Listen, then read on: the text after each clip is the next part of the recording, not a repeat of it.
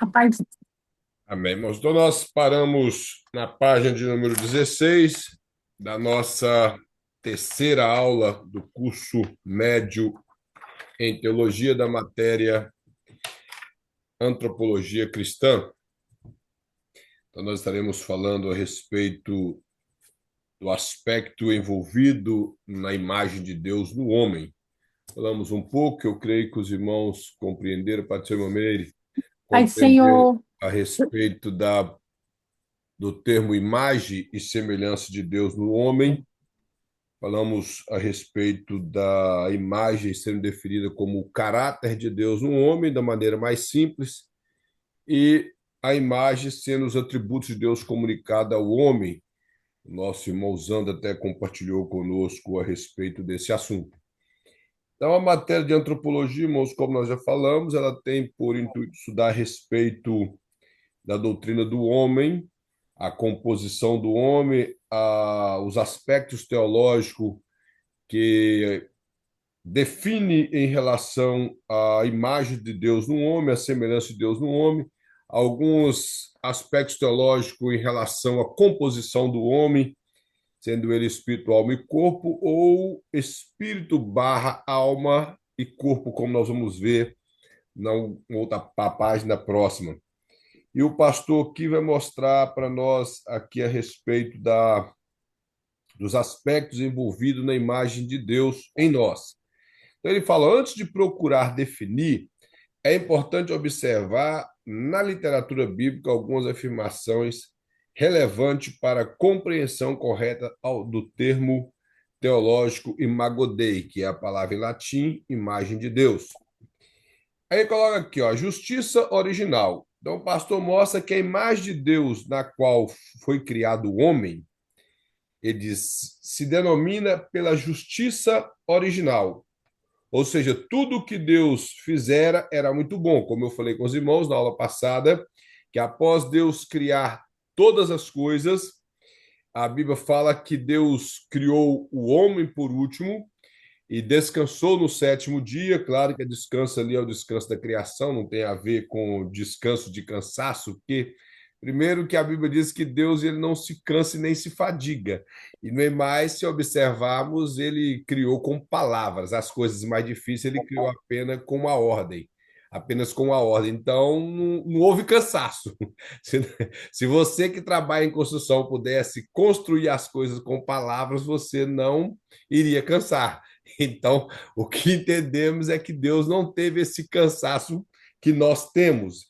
Quando a Bíblia fala que ele descansou, possivelmente é o descanso da criação, e a perspectiva de Moisés era inteirar os seus primeiros leitores, que estava prestes a entrar na terra prometida, que da mesma forma que Deus criou o mundo em 6 dias, em etapas, e descansou no sétimo, assim deveria ser a vida do homem aqui na terra. Eles deveriam trabalhar com etapas e ter tempo para Deus. É como se o dia de sábado tivesse sido uma conquista trabalhista que o povo de Israel, após sair do Egito, conquistou. Porque o que está descrito em Êxodo é que eles trabalhavam de domingo a domingo, então não tinha descanso. Eram todos os dias trabalhando, e a lei do sábado ela entrou na lei moral como sendo uma conquista trabalhista. E quando Moisés repete isso em Deuteronômio, ele mostra isso com mais clareza. Então, o que o pastor vai mostrar aqui é isso, que após tudo isso, Deus criou tudo e ele viu que era muito bom. Ele até cita um versículo aqui em Eclesiastes que diz assim: Eis que tão somente achei que Deus fez o homem reto, mas ele se meteu em muitas astúcias, ou seja, em muitas coisas ilusórias. Então o pastor quer mostrar o seguinte, que Deus ele criou o homem, ele viu que tudo era muito bom, mas o homem ele corrompeu a criação original de Deus, ou a justiça original de Deus que estava no homem, ele perdeu por quê? De acordo com o escritor do livro de Eclesiastes, que nós compreendemos ser Salomão, ele, em busca de muitas coisas, ele acabou pela sua insatisfação humana, ele se envolveu com muitas coisas passageiras, com muitas coisas ilusórias, Por isso que o escritor chega a falar por várias vezes no seu livro que ele usa o termo vaidade de vaidade, ou seja, vento de vento ou sopro de sopro. Ele diz que tudo não passa de vento. E mais embaixo o pastor mostra que no Novo Testamento retrata a condição do salvo como uma volta a um estado anterior. Foi como eu falei na aula passada, que o homem caiu, o nosso irmão Zando até abordou lá o fato do descendente de Adão, que foi Sete, que ele nasceu à semelhança de Adão, implicando que ele nasceu corrompido como Adão. Então, todos os seres humanos que, como nós temos o nosso pai como Adão, o apóstolo Paulo fala que em um homem todos caíram, e devido ao pecado de um homem, a morte em todo mundo, e a morte passou a reinar da mesma maneira, pelo gesto salvador de um homem, todos foram alcançados por essa salvação. Então, Cristo ele conquistou novamente essa imagem do homem. Por isso que o pastor mostra aqui que ele tornou-se ao estado anterior. Da mesma forma que Adão foi criado perfeito, porém o estado que Adão se encontrava, ele é diferente do nosso, porque Adão foi criado sem pecado, perfeito. Era alguém que tinha uma comunhão extraordinária com Deus. Hoje nós temos novamente conquistado a imagem de Deus em nós, que Cristo conquistou para nós, mas continuamos pecadores. Continuamos pessoas que cometemos pecados e falhamos com o Senhor. Isso não, hoje, o ato de Cristo, como é um ato permanente, ele continua em nós a imagem de Deus, e a cada dia que passa, vamos tentando construir em nós mais e mais a semelhança do Senhor, mais e mais a imagem de Deus em nós, com as coisas que nós vamos consertando em nossas vidas no decorrer da nossa caminhada com Cristo. Então, a morte de Cristo ela foi eficaz a ponto de trazer salvação a todos os homens e reconquistar isso para o homem, que o homem novamente pode se dizer que ele é a imagem de Deus como foi no início. Cristo conquistou isso para nós. O pastor coloca outro versículo aqui que está em Colossenses 3,10, que ele fala assim, ó, não mintais uns aos outros, uma vez que vos despojeis do velho homem com seus feitos e vos revistais do novo homem, que se refaz para o pleno conhecimento segundo a imagem daquele que o criou. E esse versículo também é citado em Efésios, é claro que os dois versículos têm conotação doutrinária diferente, bem parecidos os versículos, mas cada um é aplicado num termo doutrinário diferente. Mas o apóstolo Paulo, ele transmite para nós aqui o quê? Que Cristo, através da morte de Cristo, nós podemos despojar do velho homem. O que é despojar do velho homem? É nós deixarmos para trás aquilo que nós éramos antes de aceitar Cristo. A figura aqui que o apóstolo Paulo apresenta para nós é, por exemplo, você chega cansado do trabalho, suado com a roupa do trabalho, suja, então você tira aquela roupa que em Efésios está mais claro, que ele fala que nós despojamos do velho homem e nos revestimos da lavagem do Espírito, melhor, nós passamos pela lavagem do Espírito e depois revestimos o novo homem. É o mesmo que chegar, tirar a roupa suja, tomar um banho e vestir uma roupa nova, uma roupa limpa. E não, por exemplo, se você chegar, pegar, tirar aquela roupa suja de terra, seja de poeira da carpintaria, de pó de madeira, toma um banho, veste aquela mesma roupa e sai na rua, as pessoas que te viram antes vai compreender que você tomou banho e vai achar que você está da mesma maneira, você vestiu a roupa suja, a roupa que está com muita clareza que ela está suja. Então, o apóstolo Paulo quer mostrar isso, nós despojamos o velho homem, deixamos para trás aquele homem que foi sepultado no batismo com Cristo, de acordo com Romanos 5, e revestimos o novo homem. Primeiro, ele fala que nós passamos pela lavagem do Espírito, somos regenerados, somos dirigidos pelo Espírito Santo, somos guiados pelo Espírito Santo. E a partir do momento que somos regenerados, nós revestimos o novo homem. Temos uma nova roupagem, uma nova maneira de viver. Então, É isso que o pastor quer mostrar aqui. Essa conquista de Cristo para nós, da imagem de Deus novamente em nós, é que ao passar por esse processo da regeneração e do revestimento do novo homem, nós passamos a ser mais parecido com Deus no aspecto espiritual, não no material, como eu falei na aula passada. É, abordei que nós não sabemos qual é a imagem que Deus tem no seu formato. Se for como nós somos aqui, amém, mas não é isso as questões teológicas da Bíblia. O que a Bíblia está mostrando é em relação ao caráter. Na página 17, ele fala assim: ó, o que se pode notar nessas citações paulinas é que a condição a qual o homem retorna na salvação é a sua condição original. Como eu falei, ele volta assim como Adão era, alguém que ele refletia a imagem de Deus, ou seja, o caráter de Deus. Um crente, muito que um cristão, irmãos, ele tem, ele falha, ele pode ter alguma decepção na caminhada, uma tristeza que lhe leva ao desânimo, alguma coisa, mas se ele arrepender, que o que nos torna a imagem de Deus não é a perfeição, é a sua capacidade de ser quebrantado e reconhecer que o Senhor pode lhe perdoar. Exemplo, Davi é o que fez Davi ser um homem segundo o coração de Deus. Se nós observarmos dentro da perspectiva de pecado que ofendeu mais, o pecado de Davi ofendeu mais do que o de Saul ou não? Será que alguém que acha que cometeu um adultério, um homicídio culposo e uma hipocrisia por quase um ano é menos do que alguém que simplesmente apresentou um holocausto no local que não era dele? Por ele não ser sacerdote, era rei. Por ele depois quebrar uma aliança que Josué fez com os gibeonitas, que ele quebrou, matando os gibeonitas, e por ele desobedecer uma ordem de Deus que era para matar todas as pessoas, e ele achou por melhor trazer o rei, talvez para uma glória pessoal, e todos os despojos que ele achou que seria um desperdício, requemar todos aqueles bois e tudo. E isso é mais pesado do que um adultério? E do que, na perspectiva nossa aqui, e do que um homicídio?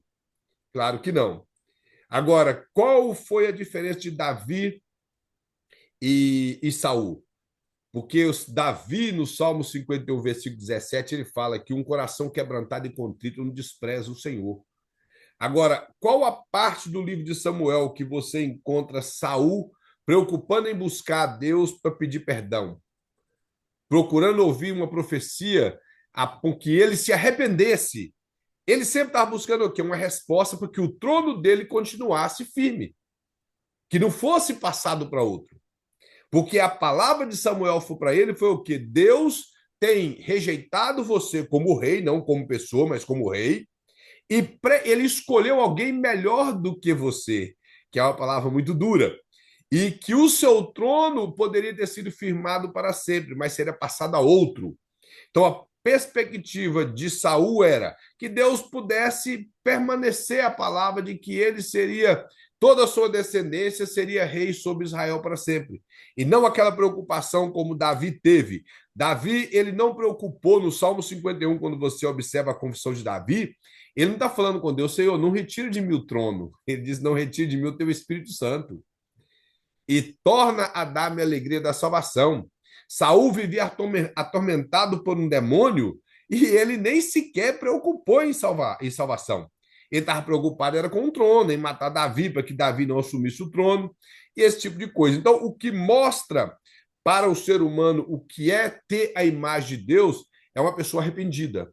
Por isso que eu disse que se você vier a cometer um deslize da sua vida, uma palavra, um pensamento desagradável a Deus, isso não é motivo de você achar que você não é mais a imagem de Deus, que você perdeu, ou que você já não pode mais chegar perto do Senhor. Porque nós, e isso foi conquistado para nós de uma vez por toda. O que Cristo fez no Calvário é uma ação completa. Foi algo que não precisou ser repetido. Por isso que quando o escritor aos Hebreus fala, ele diz que o ato de Cristo no Calvário foi um ato completo. Quando ele assume o nosso lugar na cruz do Calvário, ele assumiu o nosso lugar para todo sempre. Então, não é um sacrifício, como o escritor aos Hebreus fala, que não precisou de ser repetido como o sacrifício de animais. E que ele, sendo o seu próprio sangue oferecido, ele também fez o papel de sumo sacerdote e ele apresentou o seu próprio sangue diante do Pai. E ali ele pagou o preço por todos nós. Por isso que a Bíblia fala que ele nos redimiu. E ele, através da redenção, redimir é pagar o preço do pecado. E redenção é comprar no mercado de escravo. Só que nós estarmos sendo vendidos no mercado de escravo não era pelo diabo, como muitas pessoas falam. Porque o diabo ele não pode fazer, estava sendo vendido pelo o pecado nos dominou. Então, quando ele paga o preço do pecado, ele paga para Deus e não para o diabo, como alguns pregadores que gostam de um emocionalismo prega e fala que Jesus chegou, foi ao inferno e chegou lá com a mão cheia de sangue e mostrou para o diabo e falou: eu compro todas as tribos, línguas, povos e nações. Aí faz todo aquele emocionalismo. Então, isso não tem nada a ver, porque primeiro que o diabo não mora no inferno. Primeira coisa. E depois que Jesus, nós devíamos, não era para o diabo, nós devíamos para Deus. Os irmãos estão compreendendo? Você devia para Deus quando você pecou. Quando você pega contra Deus e não contra o diabo. O diabo é outro miserável que cometeu o pecado. Então, quando nós pecamos contra Deus. Por isso que Cristo pagou para Deus e não para o diabo. Foi para Deus o que ele pagou. Então, isso foi pago de uma vez por todas. Não há necessidade de repetir o que Jesus fez, como era repetido o sacrifício de animais. Então, o que o pastor quer mostrar já foi conquistado para nós, já foi conquistado. Então, ele trouxe novamente a imagem de Deus para nós. Aí ele coloca aqui embaixo, aqui na página 17, no primeiro parágrafo, assim: logo, as referências à imagem de Deus nesse texto refere-se sua imagem moral, foi como eu disse, em relação ao caráter de Deus no homem. Então, uma pessoa que ele traz a imagem de Deus nele, ele vai preocupar em fugir do pecado, vai preocupar em ser melhor cada dia, vai preocupar em tratar o seu semelhante melhor, ele vai preocupar em cuidar o seu palavreado, porque você já imaginou Deus falando, tendo. Os irmãos já ouviu a palavra chocarrice ou parvoice? Alguém já ouviu fazer assim com a mão?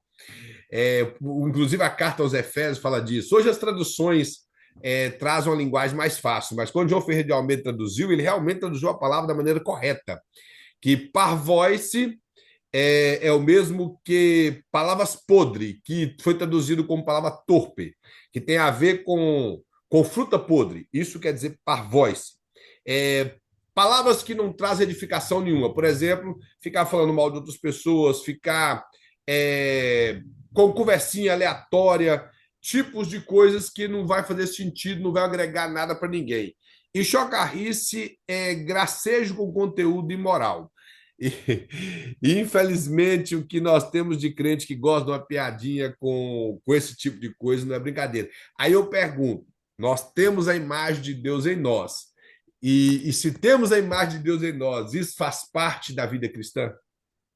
De forma alguma, os irmãos estão compreendendo. Então, é isso que o pastor está mostrando aqui. É essa questão moral de Deus em nós.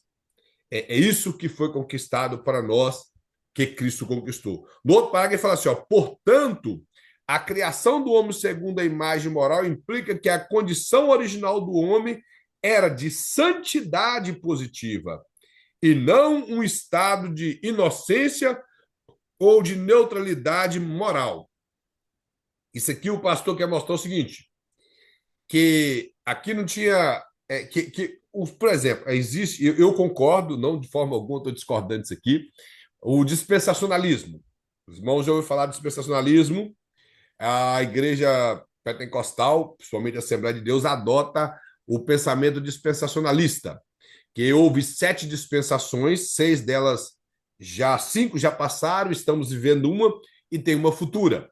Então, é a crença das dispensações e há os aliancistas. Eu, particularmente, sou adepto das duas teorias, porque a Bíblia mostra as alianças de Deus feita com Adão, conforme está lá no livro de Oséias, aliança feita com Noé, aliança feita com Abraão, aliança feita com Moisés, com Davi e a aliança de Cristo. Então, a Bíblia mostra as alianças, do mesmo jeito que se você olhar de forma detalhada, você vê algumas vezes dispensações também muito nítidas na Bíblia.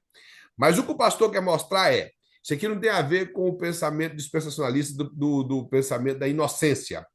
O que quando a Bíblia fala como era inocente, era pelo fato dele não ter conhecido o pecado. Ele não vivia na prática do pecado. E o pastor quer mostrar o seguinte, que essa imagem de Deus no homem, que tornava ele um homem santo, não quer dizer que ele era inocente, que ele não tinha conhecimento do que era errado. É isso que o pastor quer dizer. Porque quando nós pegamos a passagem que fala que Deus proibiu o homem de comer do fruto do conhecimento do bem e do mal, as pessoas chegam a entender que o homem não conhecia o que era errado. Então, de forma alguma, irmão, se eu disse na aula passada que o homem era o ser mais inteligente que Deus criou, como que ele não ia conhecer o que era errado? Então, por exemplo, na cabeça do homem, era errado aquilo que Deus falou que era errado. E certo é aquilo que Deus falou que é certo. Quando a Bíblia fala do fruto da árvore do conhecimento do bem e do mal, não quer dizer que esse fruto ele transmitiria conhecimento de bem e de mal. Os irmãos estão entendendo? O fruto não era um fruto mágico, como alguns pensam. O que levaria o homem a ter conhecimento prático daquilo que era mal era desobediência. A partir do momento que ele quebrasse uma lei de Deus que Deus disse para não fazer, então ele começaria a conhecer o mal na prática. É isso que o texto está dizendo. O texto não está mostrando de um fruto super mágico que você come e fica mais sábio do que Deus. Ou que se você come, você passa a ter muita maldade. Não é isso que o texto está mostrando. A maldade, ela veio através de uma desobediência.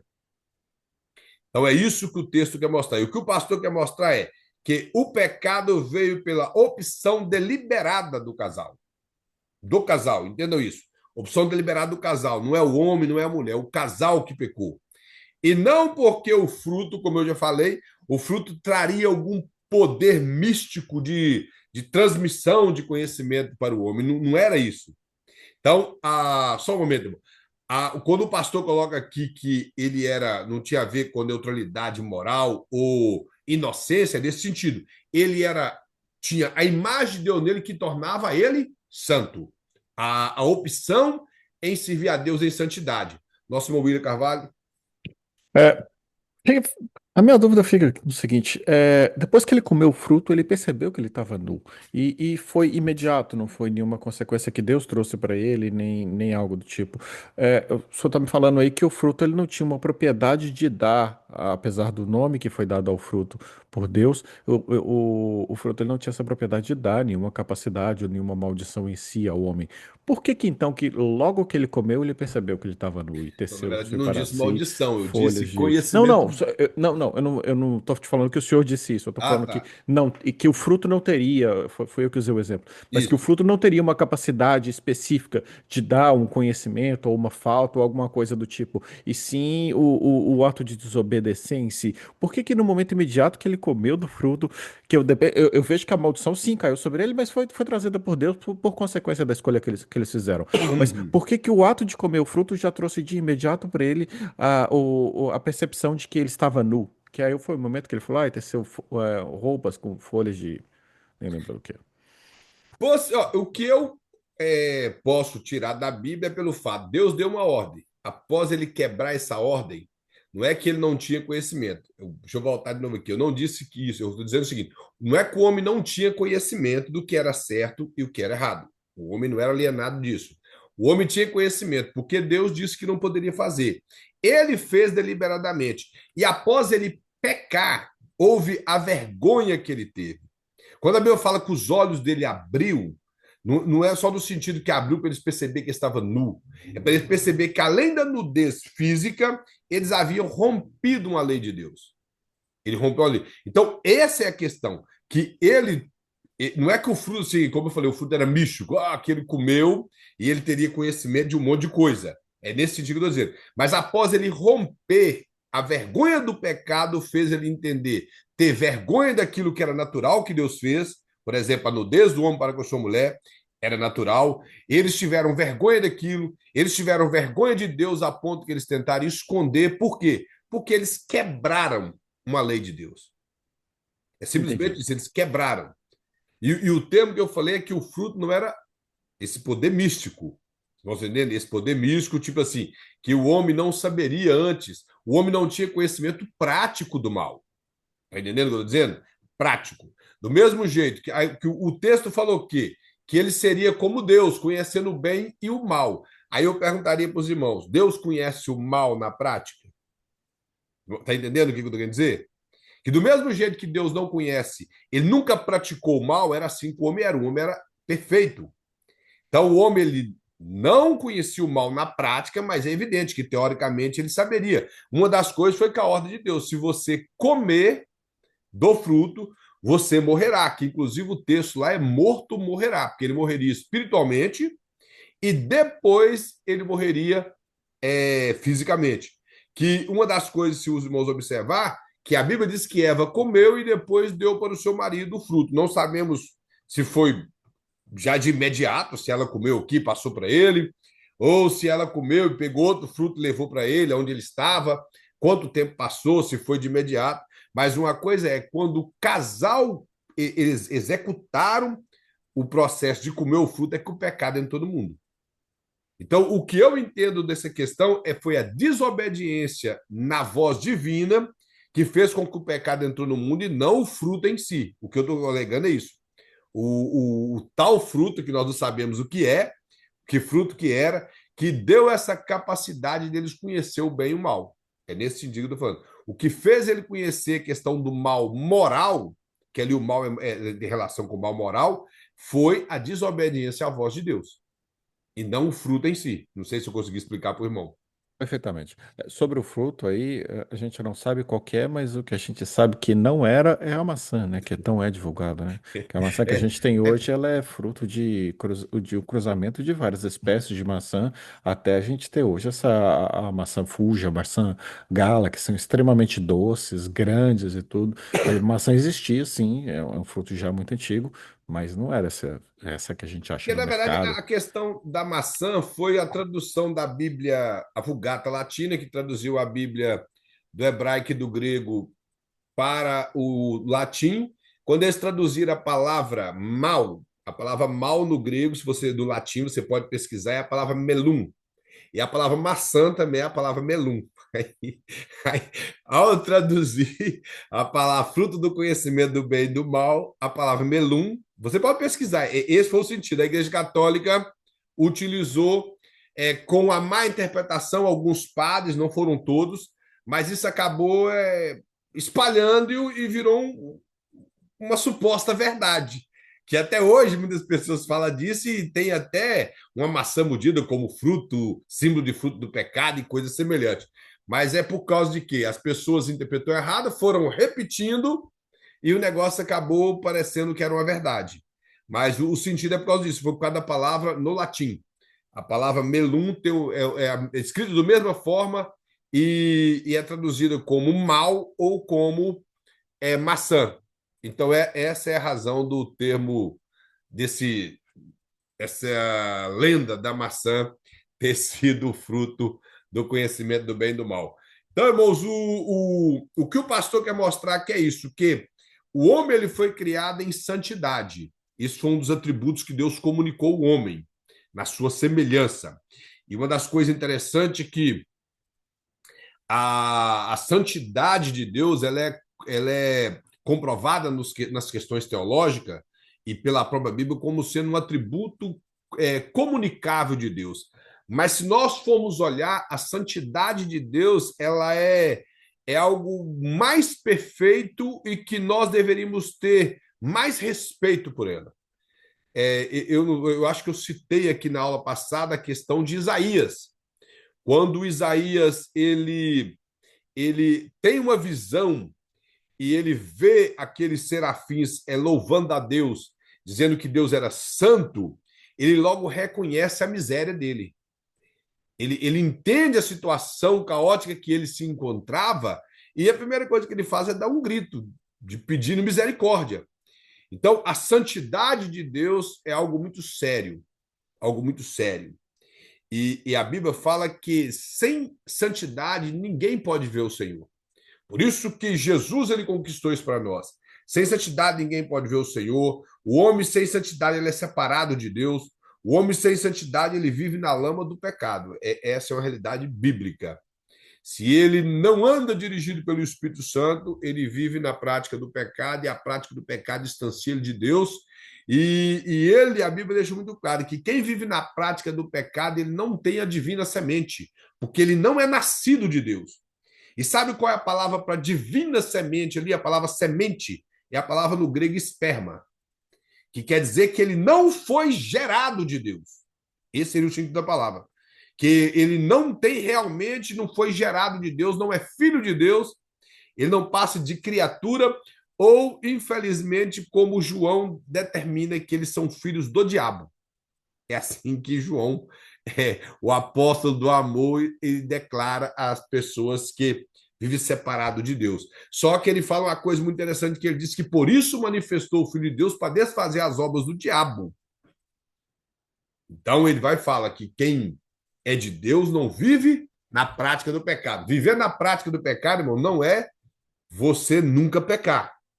Viver na prática do pecado é a pessoa viver pecando constantemente, passa um tempo, ele nem sente mais que ele peca. E ele acha aquilo normal, ele vai para a igreja, ele às vezes canta, até prega, mas ele vive na prática do pecado. Isso é viver na prática do pecado. É a pessoa ter aquela rotina de vida pecaminosa da qual ele não tem interesse de confessar. Só que a Bíblia Eu, fala, o mesmo, só um momento, mano. O mesmo apóstolo João fala que a palavra de Deus ela foi escrita para o nosso benefício, para que nós aplicamos em nossas vidas e não pecamos. Mas se por um acaso, todavia, alguém vier a pecar, lembra que tem um advogado no céu, Jesus Cristo, o justo. No capítulo 2, versículo 1. No capítulo 1, versículo 7, ele fala que se nós confessarmos os nossos pecados, ele é fiel e justo para nos perdoar. Então, é assim que a Bíblia ensina. Mamei? e hoje em dia também eu vejo muito assim, nas igrejas, não se prega muito sobre santidade, de viver em santidade. Vem como estás e como estás fica. É o Mateus 11, 28. Vinde a mim todos que estáis cansados e oprimidos, e eu vos aliviarei. Só que o versículo 29 fala assim: e tomai sobre vós o meu jugo. Os irmãos que sabem o que é jugo, eu acho que já até falei, eu acho que foi sobre bacharel, não sei se falei outra vez, irmãos. Jugo é aquela canga que eles colocam sobre animais que aram junto, que aram a terra junto. Por exemplo, duas juntas de bois ou duas juntas de jumento. A maioria das vezes eram bois, que eles colocavam aquela canga sobre os dois animais, eles tinham que andar no mesmo passo, por isso que Moisés fala que não podia colocar a canga sobre um boi e sobre um jumento, porque um é mais forte do que o outro e o outro é mais alto do que o outro. Mas quando se coloca em dois jumentos, eles caminham no mesmo passo, da mesma altura. O boi da mesma forma, tem a mesma força e da mesma altura. Agora, quando a Bíblia fala, vinde a mim todos estáis cansados e oprimidos, eu vos aliviarei, Jesus alivia, mesmo como aliviou todos nós que estamos aqui. Todos nós que estamos aqui recebemos o alívio de Cristo. Agora, ele vai e nos convoca para um compromisso. E tomai sobre vós o meu jugo. O que é isso? O jugo de Cristo é eu entrar debaixo da canga junto com Cristo, onde ele pisa, onde eu piso. É isso que é. Então não existe negócio de vinde a mim e vive como quer. Não, vive debaixo do jugo. É assim que a Bíblia ensina. Isso não é invencionice humana. É só pegar a cultura da época. Quem é de área rurícola vai saber que eu estou falando é verdade. Entrou debaixo ali da canga e vai caminhar no mesmo passo de Cristo. O lugar que ele foi, onde nós fomos. Onde Jesus pisa, é onde nós pisamos. Então não existe negócio de vem e permanece. Porque o apóstolo Paulo deixa muito claro: se alguém está em Cristo, ele é nova criatura. E nova criatura, ali a palavra, na verdade, que foi traduzida como nova criatura, a palavra correta é nova criação. É como se ele fosse criado novamente. Então, há uma mudança. Se a pessoa ele tem o caráter de Cristo, ele tem uma mudança. Paulo ensina isso aos Efésios, ou melhor, aos Gálatas, que se alguém ele anda pelo Espírito, ele pratica as coisas do Espírito, ele tem o fruto do Espírito. Mas se ele anda de acordo com a carne, ele tem as obras da carne. Então, ele pratica de acordo com os desejos da carne. Aí, por exemplo, você vai ver se você é mais parecido com Cristo, que maneira? Quando você produz o fruto do Espírito. Não é quando você fala mistério, pula, roda, salta, planta bananeira, corre no teto da igreja, faz aviãozinho, voa na igreja. Esse negócio, eu acho tudo é muito bonito, mas isso aí não transmite se você é um bom cristão. O Jesus disse que nós seríamos conhecidos como filhos de Deus e discípulos de Cristo quando nós amamos o nosso semelhante. Então, ser parecido com Cristo é a imagem de Deus e é quando nós produzimos o fruto do Espírito. Como eu falei, quando você percebe que você está em Espírito, quando você produz o fruto do Espírito, quando você pende para as coisas do Espírito. Você quer orar mais, você quer estudar a Bíblia, você quer jejuar, você quer ir à casa do Senhor, você está preocupado com o ministério que Cristo confiou na sua mão, você está aqui estudando, está dedicando, isso é andar em espírito. Agora, quando que eu sei que eu sou carnal? Quando eu sou dedicado a facções da igreja, quando eu sou uma pessoa linguaruda, quando eu vivo uma vida cheia de porfias, sou arrogante, esse tipo de coisa, idólatra. Aí alguém fala, mas idolatria, irmão, isso aí é coisa de. Não, tem pessoas, irmão, que não adoram um santo lá de imagem, mas ele adora muitas outras coisas que estão no lugar de Deus. Então, isso tudo é idolatria. Por exemplo, feitiçaria, mas tem crente feiticeiro, irmãos. Ele pensa que feiticeiro é só ir lá para macumba, esse negócio. Por exemplo, os irmãos sabiam de onde vem a palavra feitiçaria na Bíblia? Do grego. A palavra feitiçaria do grego vem como farmakoi, que quer dizer aquelas pessoas que fabricavam certos tipos de bebidas para que eles pudessem entrar em transe. Hoje nós temos igreja aí que as pessoas até maconha fumam e acham que está normal. E estão achando que está indo para o céu. E é porque quer, não, é a capacidade que eu tenho para me ligar no céu, fumando maconha. Então, são os tipos de coisa que tá, hoje tem igreja de tudo que tem gosto. Mas é como o nosso irmão falou, se nós formos apresentar, por exemplo, para a igreja, ou as igrejas em geral, um pouco da antropologia, a maneira que Deus criou o homem, o processo que Deus criou o homem, nós vamos ver que é algo muito sério que levaria o homem a ter muito temor de Deus e servir a Deus com santidade.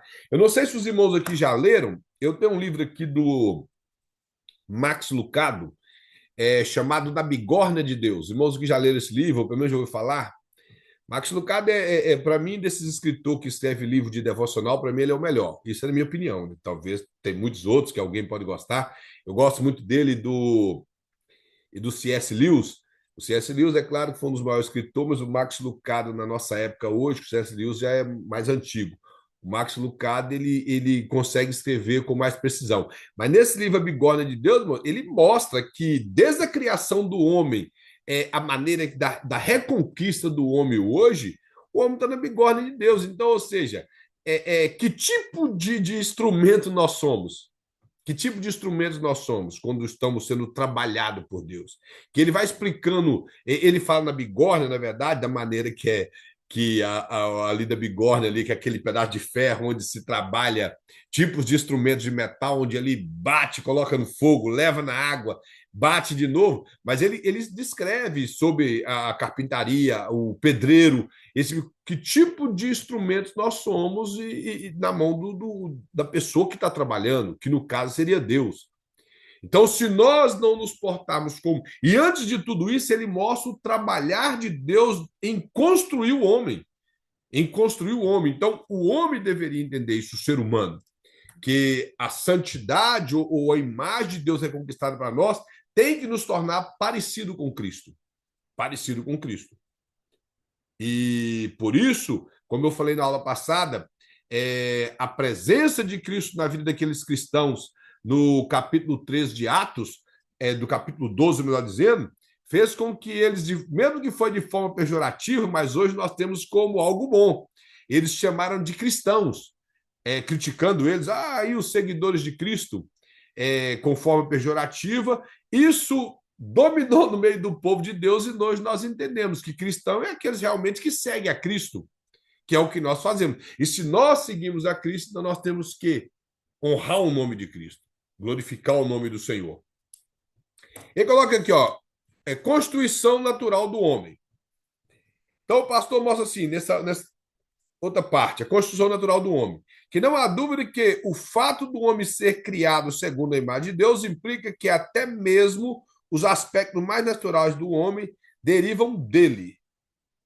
Ou seja, as faculdades intelectuais, sentimentos naturais, liberdade moral ou volição do homem são reflexos do que Deus é em primeiro lugar. Então, ou seja, aquilo que nós sentimos, aquilo que nós refletimos, as nossas decisões, que evolução quer dizer isso, as nossas escolhas, tem que ser de acordo com Deus, já que somos a imagem de Deus. É claro que hoje, se nós formos deixar nossas escolhas dentro daquilo que nós somos, nossa escolha sempre vai ser errada. Por isso que Jesus disse em João 15, e eu acho que é versículo 16, se não me falha a memória, que ele fala que não fosse vós que escolhesse a mim, mas eu escolhi a vós, porque as nossas escolhas não são boas. E se for em fazer opção entre servir a Deus e o mundo, pelas nossas próprias forças, nós vamos servir o mundo, porque nós somos convencidos pelo Espírito Santo. Por isso nós entregamos a nossa vida para Cristo. Ninguém entregou a vida para Cristo por as suas próprias forças. Muito que você pode falar, mas eu estava moído, estava quebrantado. Foi nesse momento que o Espírito Santo trabalhou e te levou a reconhecer que Jesus é Senhor e Salvador e você confessou seus pecados. Mas é através do Espírito Santo. E através do Espírito Santo nós temos a imagem de Deus que o pastor mostra aqui, que essa imagem de Deus em nós, através das nossas faculdades intelectuais, do nosso sentimento moral, liberdade moral, ou as nossas decisões, tudo é reflexo do que Deus é.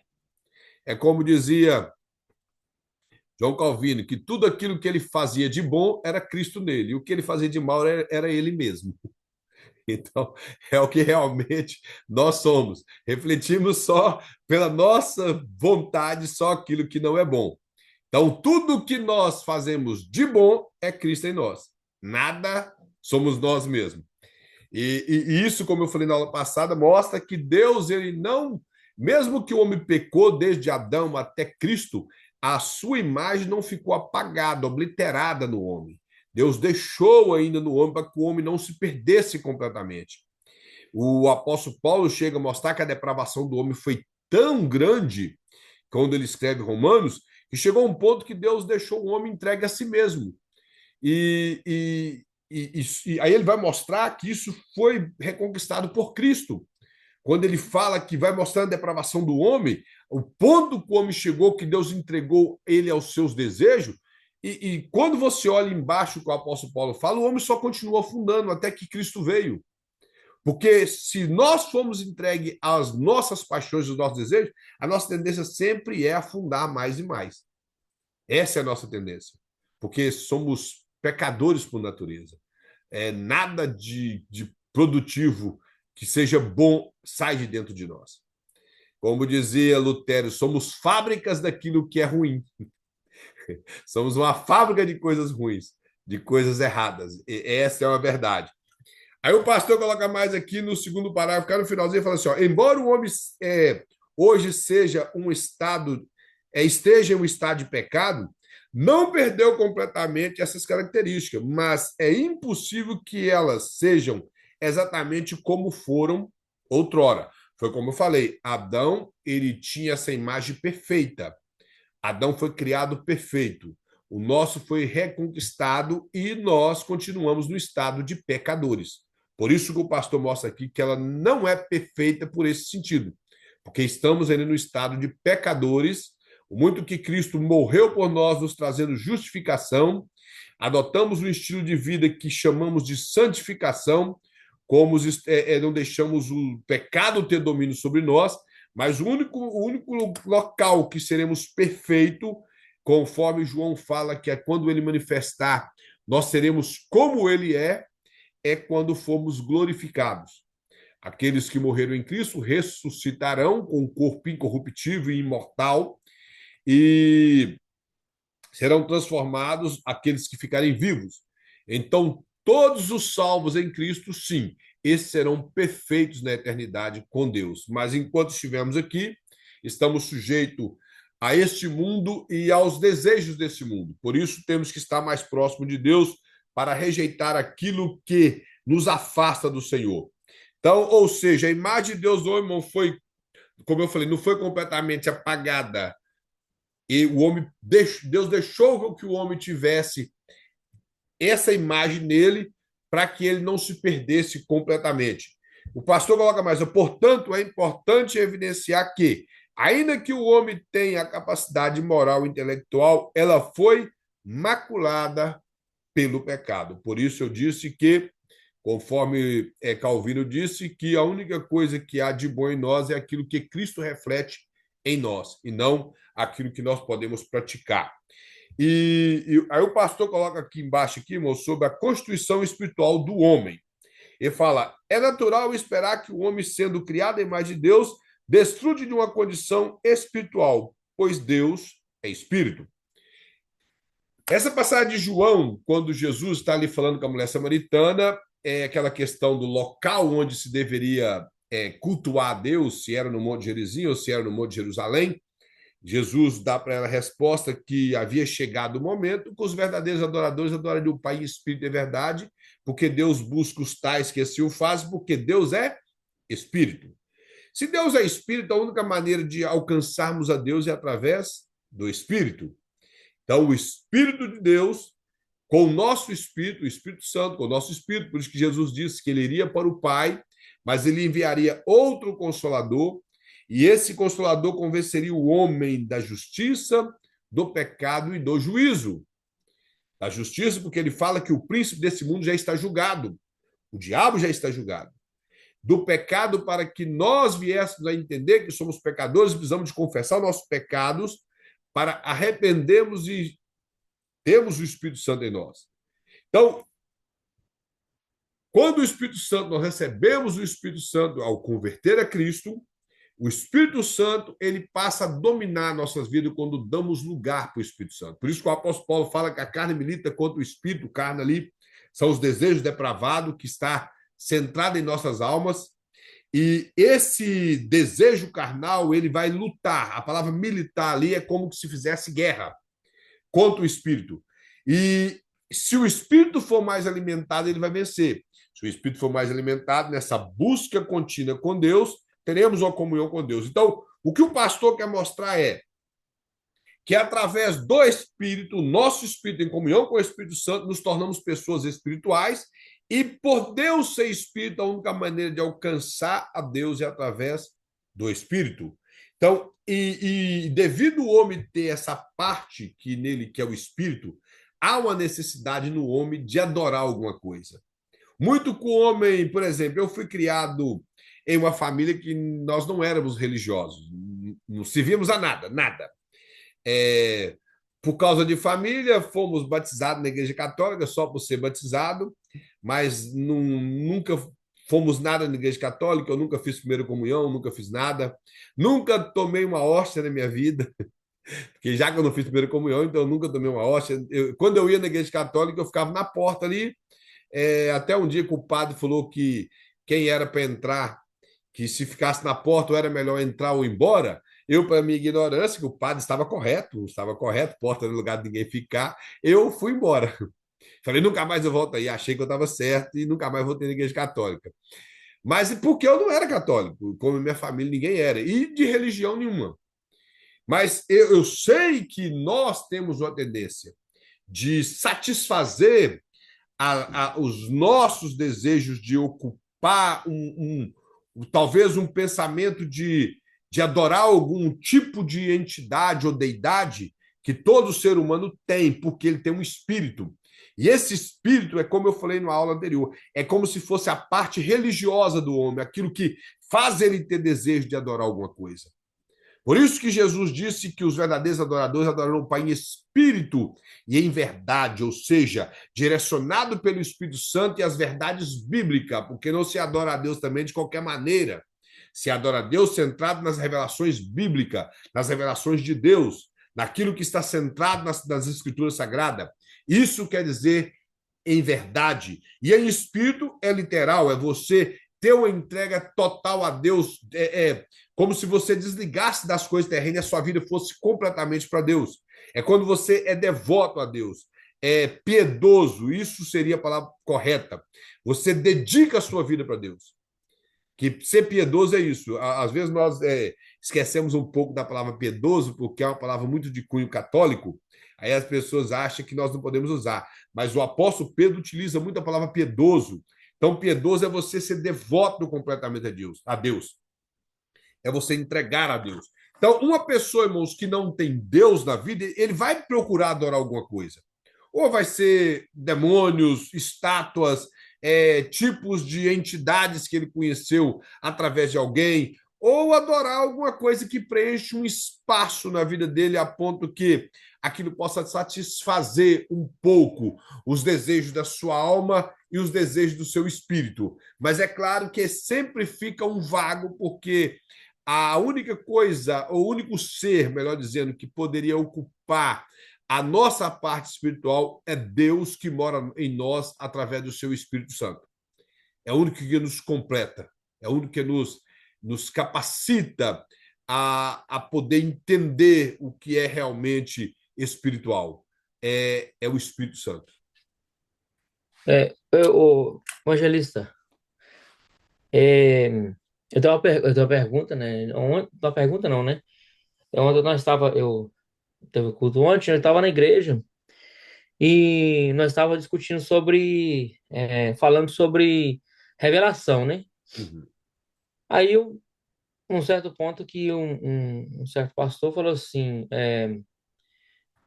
tem gente que não acredita na revelação no culto. Mas aí eu falei assim, mas que tipo de revelação que o senhor está falando? Porque a Bíblia fala que a palavra mais profética segura que nós temos é a Bíblia. Não Isso. tem outra revelação além da Bíblia. Eu falei com ele, o problema não é a revelação que o tal profeta tem naquele momento, mas o problema é que as pessoas estão indo, não terem tanto essa revelação, as pessoas estão buscando mais a revelação que a pessoa está trazendo naquele momento, por exemplo, né, igual muitos pregadores saem pro meio das pessoas aí, revelando, fazendo aquele montão de coisas, aquela presepada toda que as pessoas fazem, né? Que muitos pregadores fazem. E, tipo, eu não sou de acordo com isso. Por quê? Porque nós temos a Bíblia. E se a Bíblia está falando, se a Bíblia está falando, se a Bíblia ela tem voz no culto, então não tem como o Espírito contradizer o que a Bíblia diz, porque ele mesmo fez, ele mesmo inspirou ela. Então nós chegamos nesse ponto, né? Nós chegamos nesse ponto aí. Eu falei para esse tal pastor, mas é, é muito incoerente a pessoa vir para o culto pensando que o pastor vai falar com ela, ou pensando que vai ter alguém ali específico para poder falar com ela, entendeu? Porque se eu quiser que Deus fale comigo, eu posso abrir minha Bíblia e vai falar comigo, entendeu? Uhum. Tirando, pondo desse ponto, né? Porque as pessoas acreditam muito em revelações, que você vai ter não sei o quê, que Deus está falando aqui que tal coisa, mas nunca dá o detalhe daquilo que está falando. Aí eles vêm com a desculpa, né? Que a profecia não tem prazo de validade. Mas se Deus falou alguma coisa na sua vida, ele vai cumprir, entendeu? Vai cumprir, não tem esse negócio.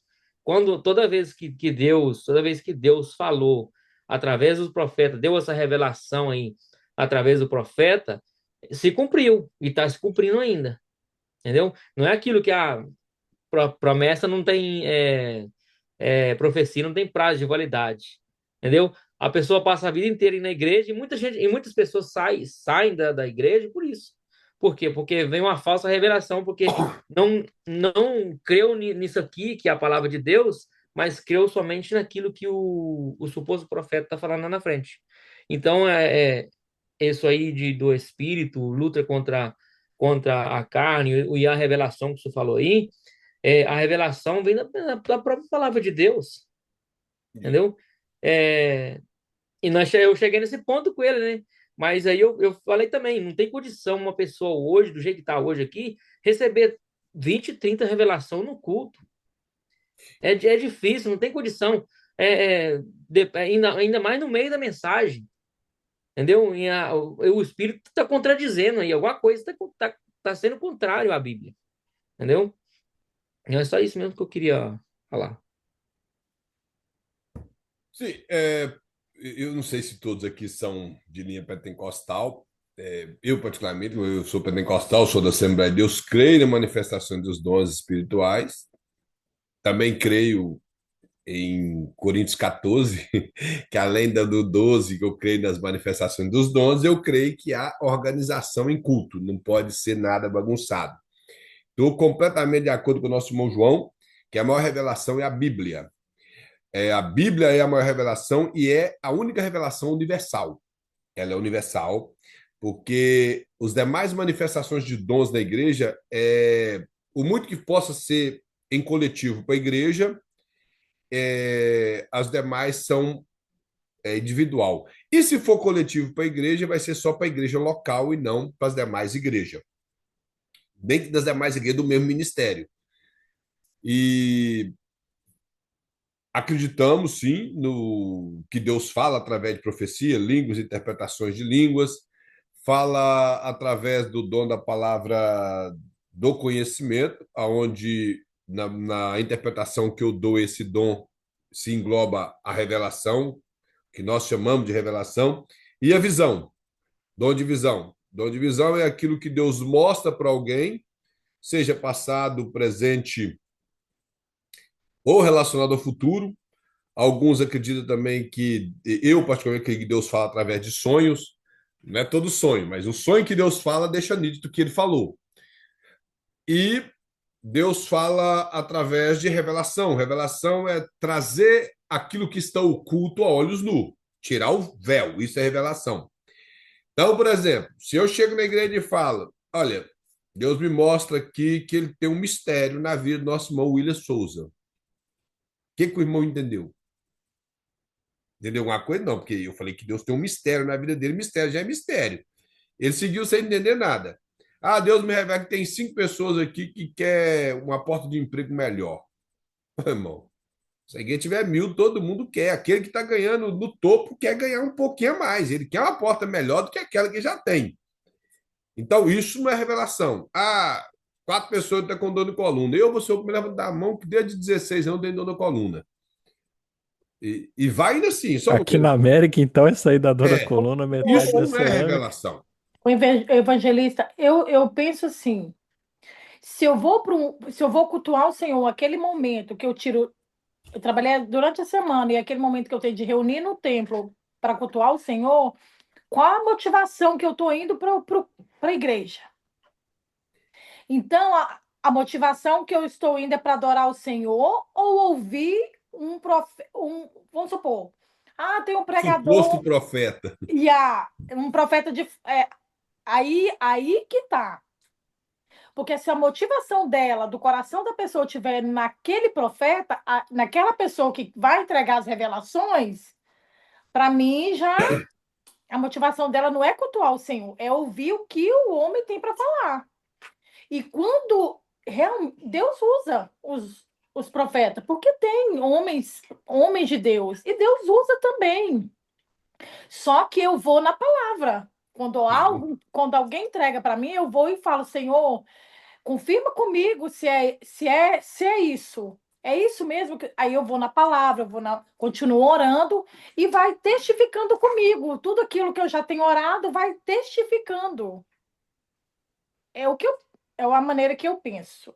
Sim, e outra coisa, irmão, quando o nosso irmão falou, nosso irmão João, e eu ratifiquei que a palavra de Deus é a maior revelação e maior profecia, em Romanos 12 fala assim, que nenhuma profecia vai além da fé. Fé ali não é fé de crer, é o conjunto de doutrinas que foi elaborado pelo Espírito Santo para reger a igreja. Isso é fé ali em Romanos 12. Conjunto de doutrinas. Tudo aquilo que é entregue como supostos dons espirituais na igreja, profecia e revelação, que está além das escrituras, não é de Deus. Outra coisa, os dons espirituais, irmãos, são manifestos naquilo que é útil. Naquilo que é útil. Isso está lá em Romanos, em 1 Coríntios, capítulo 12, versículo 7. Lá fala assim: a manifestação do Espírito é dada naquilo que é útil. Aí ele vai e começa a dar a lista dos dons espirituais. É naquilo que é útil, não naquilo que nós queremos. É naquilo que Deus precisa. Por exemplo, ele ainda fala que os dons espirituais são para edificação, consolo e exortação da igreja. Se não tem nenhum desses aspectos, não é dom. Exemplo, eu chego na igreja, vou dar um exemplo aí, que é os que está acontecendo nos Instagram aí, e revela o CPF de alguém. Que isso trouxe de edificação para a igreja? Me fala. Eu revelo, ó, Deus me mostra aqui que tem um irmão aí que chama José de Oliveira. Que isso trouxe de. Aí eu só falo isso para ele, não falo mais nada. E isso mudou alguma coisa para a igreja, para o irmão? Eu falar o nome dele? Será que ele não sabe o nome dele? O que é revelação bíblica? Vamos lá. Capítulo 2 do livro de Daniel. Vou falar bem resumido, os irmãos nunca leram, ler. É muito interessante essa passagem. O rei Amém. Nabucodonosor teve um sonho. Ele acordou pela manhã perturbado.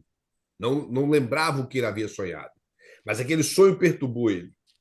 Então ele reúne todos os sábios da Babilônia e fala que era dessa missão simples de falar com quem ele havia sonhado e a interpretação do sonho, porque já que o sonho perturbou, tinha uma interpretação. As pessoas ficam enrolando, os supostos sábios, e ele ficou nervoso porque alguém falou assim: o que o senhor nos pede é impossível, ninguém nunca exigiu isso de nenhum sábio. Ele se ira e manda matar todos os sábios da Babilônia, cuja Daniel, Ananias, Misael e Azarias estavam no meio dos supostos sábios. Quando o Arioque, capitão do rei, vai recolher os sábios para executar, Daniel questiona o que está acontecendo e Arioque diz para ele o que está acontecendo. Ele pede um tempo, o rei concede o tempo, eles oram à noite, Deus dá a revelação para Daniel. Aí o próprio Daniel escreve lá que a este Daniel Deus deu capacidade de interpretar sonhos e visões. Ele ainda coloca isso lá. Ele é conduzido na presença do rei. Ele coloca uma coisa lá que o próprio José também já havia dito em Gênesis, que hoje as pessoas não aprendem pela Bíblia, que ele fala que quando o rei pergunta, é você que pode me dar a interpretação? Ele disse assim, nenhum homem na terra é capaz de dar ao rei o que o rei pede. Aí vai falar, mas existe um Deus no céu que conhece o profundo e o escondido. Ele conhece os que andam em trevas, porque com ele mora a luz. Aí ele fala que somente a esse Deus é capaz de revelar o significado dos sonhos. Aí ele começa a falar, Deus te fez saber quanto sonho. Fala, o senhor sonhou com uma grande estátua, cuja cabeça era de ouro, os peitos e braços de prata, o quadris e a coxa de bronze, as pernas de ferro, e os pés em ferro e em parte de barro. De repente, dá a interpretação, aí vai fala que aí, quando você olhava esse grande colosso, uma pedra foi lançada do céu sem auxílio de mão e bateu sobre os pés da estátua, transformando ela como a pragama da eira que se misturou sobre a poeira e se desfez como vestiu. E essa pedra cresceu, cresceu, cresceu e encheu toda a terra. O rei ficou alegre e ele disse, a interpretação é essa, cabeça de ouro és tu, porque Deus te fez rei de reis, o peitos e braços de prata é um reino inferior ao seu, ele não diz lá, mas a interpretação é o Império Medo-Persa, o braço direito, o rei Ciro, o braço esquerdo, o rei Dario.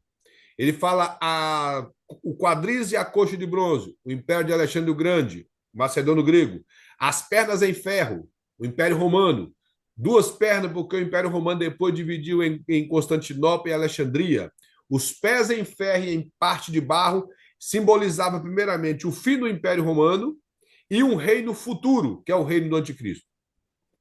Agora vamos lá. O rei sonhou uma coisa que esqueceu. Deus vai e mostra para Daniel o que ele sonhou em interpretação. Isso é revelação. Vamos entender o que é revelação bíblica? Isso é revelação. Ele tirou o que estava oculto e trouxe ao olho nu. A Bíblia fala também do profeta Aías, o mesmo profeta que profetizou a ascensão do rei Jeroboão ao trono. Ele pegou as próprias vestes, rasgou em 10 partes, deu para Jeroboão e ficou com 2. E disse que Deus confirmaria o trono de Jeroboão se ele andasse nos caminhos do Senhor. A Bíblia vai e fala que Jeroboão fez aquilo que era mal aos olhos do Senhor, criando 2 bezerros de ouro, colocando em Betel e em Samaria, para que o povo não fosse a Jerusalém, com medo que eles retornassem para o reino de Judá. voltasse a servir o rei Roboão, ele desvia do caminho do Senhor, o seu filho Abias adoece. Ele tinha 3 filhos. Seu filho Abias adoece, os filhos dele seguiam os passos dele. Diz a Bíblia que ele fala para a mulher dele, vai lá, consulta o profeta Aías, porque ele foi quem profetizou a respeito do meu reino. Quando ela vai, ele fala assim, disfarça. Ele já tinha muitos anos que não via o profeta Aías. Aí o escritor fala assim, Aías estava cego dos olhos, porque já estava velho. Ela colocou um pano sobre a cabeça e ainda foi de tarde. Ele vivia em uma casa que não existia luz elétrica como nós temos hoje, uma casa escura, cego, e ela com um pano tampando o rosto. Aí Deus fala para ele, a mulher de Jeroboão está vindo aí, ela tampou o rosto. Quando ela chegar, você fala isso e isso para ela, que o menino não descerá da cama vivo, e será o único que será enterrado com dignidade. Todas as pessoas que nascer, todos os filhos de Jeroboão que morrer, no campo as aves o comerão, e que morrer na cidade os cachorros o comerão. Como farão com ele? O seu reino será passado a outro, por ter desobedecido a palavra do Senhor. Diz a Bíblia que quando ela colocou o pé no limiar da porta, ele diz, por que o que faz aqui, mulher do rei Jeroboão? Isso é revelação.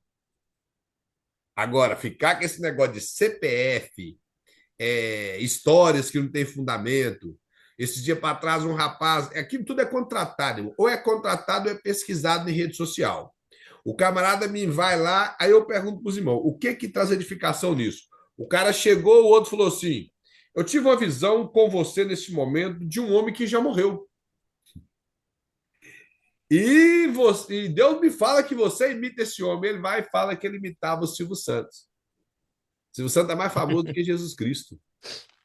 Ele só era judeu, segundo os estudiosos, até da tribo de Judá, mas não era Jesus. Aí ele pegou, deu o microfone pro cara e fez todo aquele teatro lá, imitando o Silvio Santos. Aí eu pergunto para os irmãos: você está ali como pastor, em cima de um púlpito da igreja, para ministrar a palavra do Senhor, aí você vai colocar o microfone na mão de um ímpio só porque houve revelação. E outra coisa interessante: revelação para esse povo é só bênção, para os da casa é só paulada. E mais, irmãos, de verdade, se Deus quer falar alguma coisa com alguém, não importa se ele imita alguém, chama ele e fala. Deus mandou falar. Agora ficar falando que o cara imita o Silvio Santos, faz todo aquele teatro primeiro, aí outros ficam soletrando o nome da pessoa por letra. Vai lá pro Luciano Huck fazer soletrar lá, fica na igreja, eu vi a letra tal, aí como que você conhece a pessoa sou eu. Aí acaba ali, não tem só soletrou o nome da pessoa, a pessoa falou que era ela e acabou. Então, são coisas que não faz sentido. A maioria das curas nessas igrejinhas, eu falo igrejinha no sentido que são igrejas descompromissadas com Deus. São curas de pessoas que a vizinhança não conhece, o povo da igreja não conhece. Ele vem lá de longe e é curado. Todas as pessoas curadas na Bíblia, vai no Evangelho de Marcos, alguém conhecia. Alguém conhecia. O cego no capítulo 9 do Evangelho de João, as pessoas conheciam ele. Aquele coxo, o paralítico no poço de Betesda, o povo conhecia. O cego de Jericó, o povo conhecia. As pessoas que foram libertas de demônios, o povo conhecia. Quando Lucas escreve a respeito de Maria Madalena, que ele fala, Maria fala, aquela a quem Jesus arrancou 7 demônios, o povo conhecia. O endemoniado de Gadara, o povo conhecia.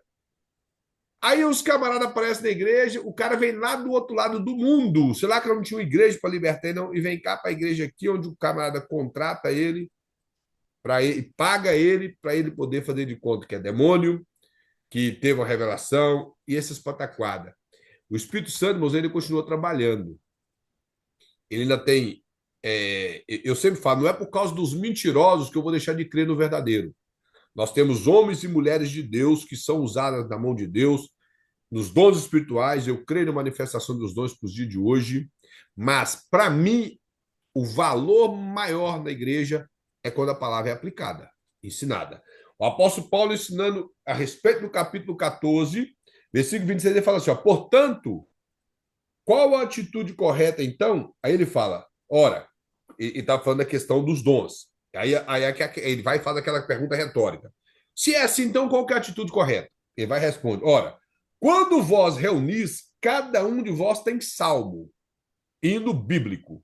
O salmo era o hinário de Israel bíblico.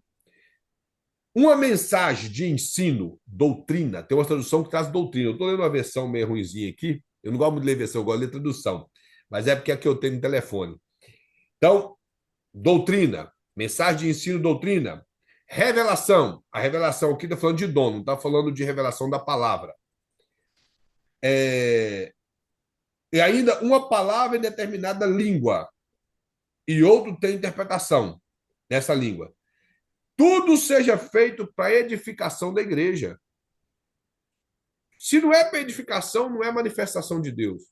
Quando você vai para Efésios, os dons ministeriais é dado para edificação, para a maturidade do povo, para que a igreja de Cristo ela seja um corpo que trabalhe em sincronia. É assim que está lá do capítulo 4, versículo 11 a 16. Se não tem isso, não é igreja, o camarada não conhece Bíblia, o camarada não quer pregar Bíblia. É o que eu sempre falo, por exemplo, nós aqui estamos numa sala de teologia. Eu chegar na igreja e ficar assim é mais fácil, inventando perfume, inventando cura, porque para mim pregar, seja até, eu vou colocar uma mensagem temática, eu preciso estudar. Se eu for pregar uma mensagem textual com um pouquinho mais de peso, eu preciso estudar mais. Se eu for pregar expositivo, aí que eu tenho que estudar mesmo. Como dizia Martin Lloyd Jones, que foi um dos maiores expositores bíblicos do século XIX, do século XX e XXI. Ele dizia que tinha que passar entre 30 horas estudando para pregar um sermão no domingo. Hoje nós aqui estudamos 3, 4 horas para preparar o sermão no domingo, pelo tanto que a gente trabalha.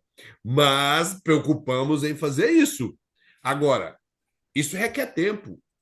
Isso requer tempo. Por isso que é mais fácil chegar na igreja e inventar a revelação. A revelação que tem que predominar na igreja é a revelação bíblica. É a Bíblia ensinada para o povo. Só que nós vamos lá e vamos buscar. Nós entendemos que tem que ser, mas vamos ser verdadeiros, irmãos. 90% da igreja não quer que você pregue a Bíblia. Eles querem oba-oba. Eles querem oba-oba. Eles não querem que você pregue a Bíblia. Porque se você pregar a Bíblia, aí como eu falei aquela hora, a irmã até falou, se você falar de santidade, as pessoas não querem santidade, porque a santidade começa daqui, passa na língua para o resto do corpo. Isso requer santidade. Se você falar na igreja hoje que, eu vou falar mais para o lado dos homens, que um homem tem que, antigamente era só para o lado das mulheres, hoje tem uns homens que fazem tanta vergonha, que um homem tem que vestir adequadamente para estar na igreja, eles, religioso. Eles aprenderam a falar a palavra religioso. Hoje. Só que se você falar assim, me explica o que é ser religioso, ele não sabe. Então, esse tipo de coisa, o povo não quer ouvir. Hoje, eu estava dando aula na outra escola de teologia que eu dou aula, que é do nosso ministério, aí eu fui falar, eu estava falando do profeta Miqueias, que o profeta Miqueias, ele e o profeta Amós, eles têm quase o mesmo estilo de mensagem, porém o profeta Amós, ele bate mais em questão social. E o profeta Miqueias em questão de culto, não sei se os irmãos já leram os dois livros. Aí o escritor do livro fala assim que que o profeta Miqueias é um profeta autêntico. Ele era muito verdadeiro naquilo que ele ensinava. Então eu tive que ser leal ao livro. Eu falei, aí o irmão levantou. E, claro, levantou com a questão correta. Que hoje os pastores estão falando que você, como pregador e obreiro da igreja, você não deve exortar o povo, que isso é papel do pastor. Eu concordo, meu, com o papel do pastor é chamar atenção em determinados tipos de coisas que cabe só ao pastor. Agora me fala uma coisa, você vai pregar na carta de Paulo aos Gálatas. Como que você não prega ali e não exorta? Se você vai pregar na carta aos Efésios, a partir do capítulo 4 para frente, não tem como não exortar. Eu não estou falando de ser grosseiro com a igreja.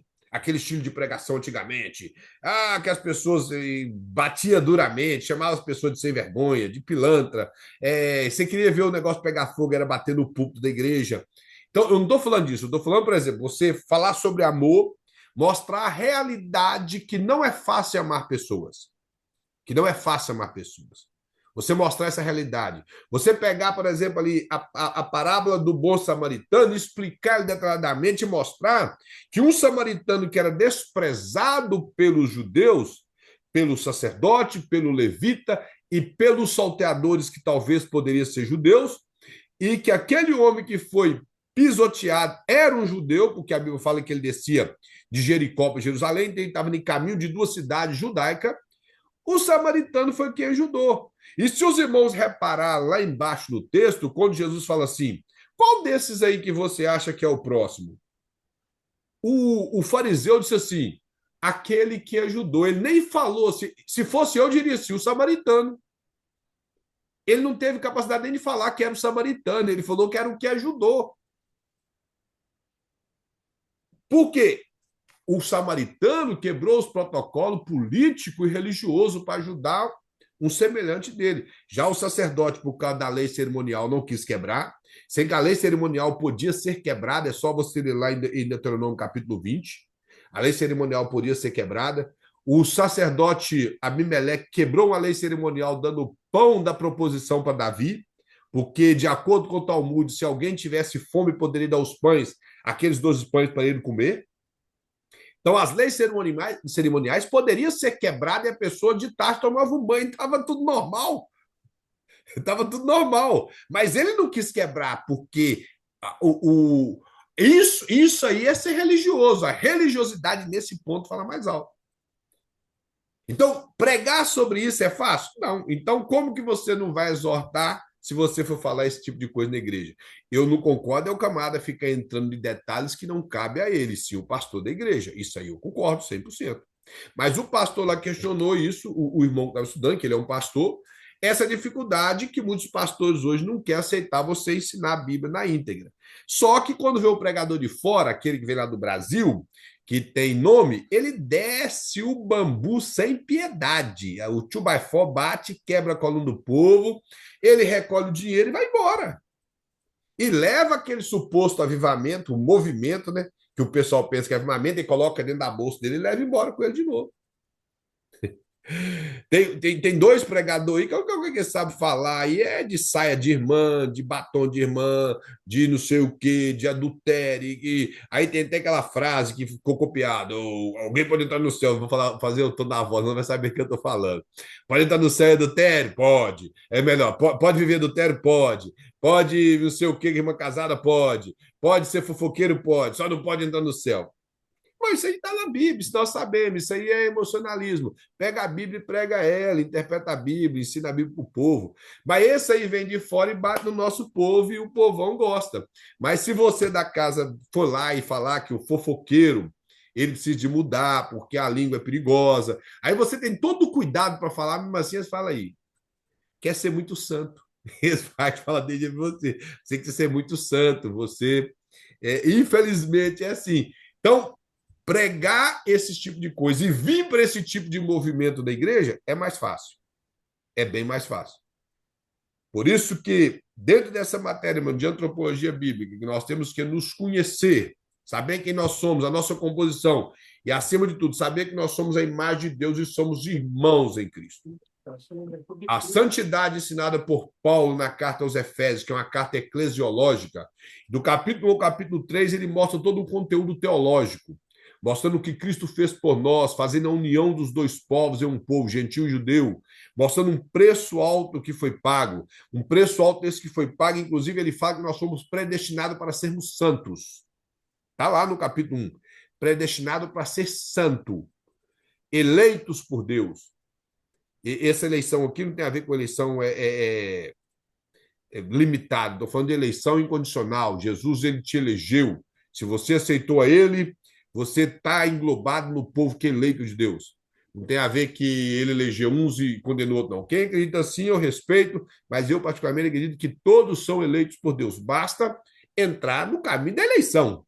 E somos predestinados para ser santos. Nesse sentido, o apóstolo Paulo, depois do capítulo 4 para frente, ele vai mostrando como nós devemos portar como cristão. Aí eu pergunto aos irmãos, como que vamos ensinar o capítulo 5 da carta de Paulo aos Efésios sem chamar o povo para um compromisso com Deus? Quando você fala que o apóstolo Paulo, das palavras que eu falei de parvoice e chocarrice, ele fala que são coisas que nem os ímpios faziam e estava acontecendo na igreja dos Efésios. Aí eles chamam a nossa responsabilidade, que para mim é uma das coisas mais pesadas, que ele fala assim, que aí ele vai falando das pessoas que tiveram mudança de vida, ele fala assim, olha, aqueles que mentiam, não mente mais. Aí já se torna uma coisa assim um pouco mais fácil. Ele fala, porém, antes fale a verdade com o seu próximo, porque todos somos irmãos. Então ele fala que além de você parar de mentir, você tem que ser verdadeiro com o seu irmão, que às vezes a verdade vai machucar ele um pouco, mas você tem que ser verdadeiro, porque nós somos irmãos em Cristo. Por sermos irmãos, não devemos mentir um para o outro e, acima de tudo, falar a verdade quando precisa. E não ficar ocultando as coisas. Depois ele coloca uma coisa para mim que é uma das coisas bem pesadas, que inclusive tem até um meme aí da internet, que o rapaz fala que ele já inventou de fazer muitas coisas. Uma das coisas que ele inventou ultimamente, que é muito difícil, é ser crente. Um senhor, não sei se os irmãos já viram aquilo. Aí ele começa a citar as coisas. Mas o apóstolo Paulo fala assim: olha, e antes aquele que roubava, não rouba mais, porém trabalhe com as próprias mãos.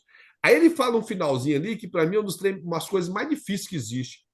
Quando ele fala assim, trabalhe com as próprias mãos para ter com que ajudar o seu próximo. Ou seja, o seu salário não é somente para pagar suas contas, e sim para ajudar o seu semelhante, que é um negócio mais difícil que existe.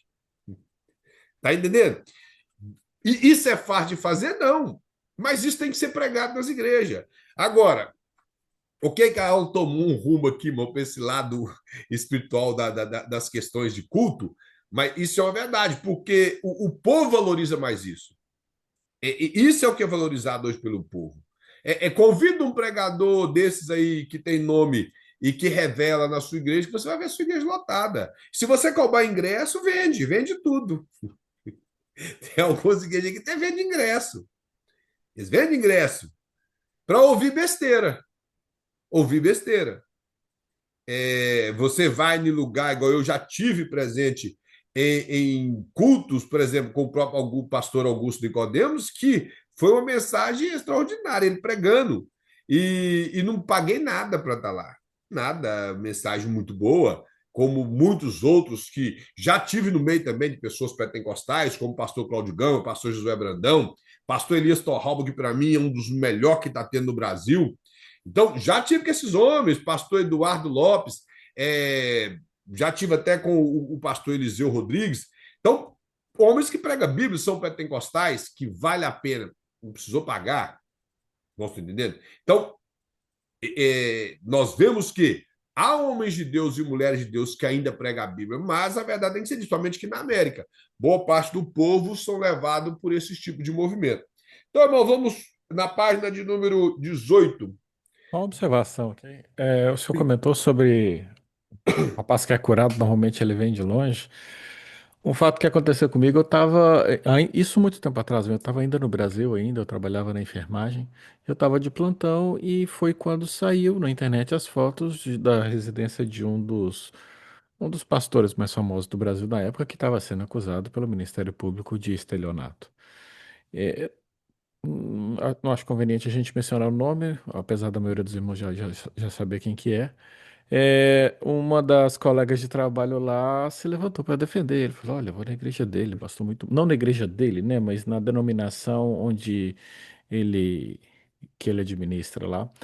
Ele falou: não, pastor muito bom, e lá tem milagre mesmo, e lá tem cura, e lá tem não sei o quê. E falou um monte de coisa que era bom no culto. E a outra lá, incrédula, porque estava revoltada, porque aquilo ali é um escárnio pro nome da igreja e tudo mais. E aí se levantou uma terceira e falou: olha, eu não queria entrar na discussão, porque eu não quero ofender a religião de ninguém. Essa terceira parece que nem cristã era.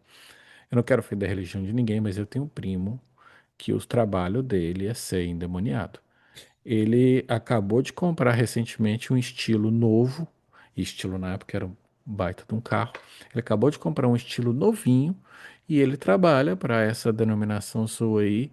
E ele tem serviço de segunda a sexta, segunda a segunda. Todos os dias da semana tem culto em algum lugar e em cada culto ele vai num lugar da cidade, vai lá, coloca a mão para trás, faz aquele teatro todo lá e é muito bem pago.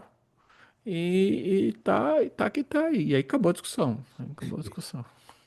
Que E isso realmente absurdo do acontece. E absurdo, mas ultimamente, que eu não posso duvidar em nada aqui. Realmente faz ultimamente tem sentido acontecido quase. isso da internet. Algumas pessoas tentam reclamar. Agora, irmão, eu já tive, na época do Brasil, aqui já não tem, mas eu acho que os irmãos aqui vai lembrar, os irmãos sim, tem talvez das décadas de 90, as cruzadas que a Assembleia de Deus fazia no Brasil, com o pastor como Idecaso Takayama, pastor Gilmar Santo, pastor Arlindo Teodoro, não sei se o irmão conhece. Aí eu já vi, não foi ninguém que me contou, milagres verdadeiros. Pessoas cegas enxergando, pessoas cadeirante andando, já vi mudo falar, e pessoas, por exemplo, que realmente era manifestação de demônios, serem libertos. Já vi isso tudo, em cruzadas com homens de Deus. Pastor como o pastor Bernard Johnson, que foi um dos maiores pastores que existiu no Brasil, já pregou muito no campo do Ipatingão, lá na Ipatinga. Então, já vi esse tipo de coisa. Como também já vi muitos charlatões. Isso aí é verdade. Já vi, presenciei na igreja charlatões que fala que Deus está falando quando Deus está falando, inventa coisa, então já vi isso demais também. Mas a questão é É aquela situação que você mencionou, alguém conhecia o mudo, alguém isso. conhecia aquela pessoa ali, e esse sujeito, cada dia ele não repete de igreja justamente na ideia de que ninguém conheça ele, que ele possa todo dia estar endemoniado E com num isso lugar também, não diferente. estou dizendo que a pessoa não possa vir de longe e ser curada na sua De igreja, não. forma alguma, de Isso, o forma que eu estou alguma. dizendo tem que conhecer, moço. Se todos que vêm é só de fora, tem um negócio errado aí. Todo Isso, domingo só o de tem uma fora que. fila, tem aquela entrevista com o demônio. Agora fala, É, o que é você? O que você fez com a vida dele? Gente, não- então, o problema é que isso ofende, pelo menos, isso ofende a fé das pessoas, e eu acho que leva as pessoas ao extremismo.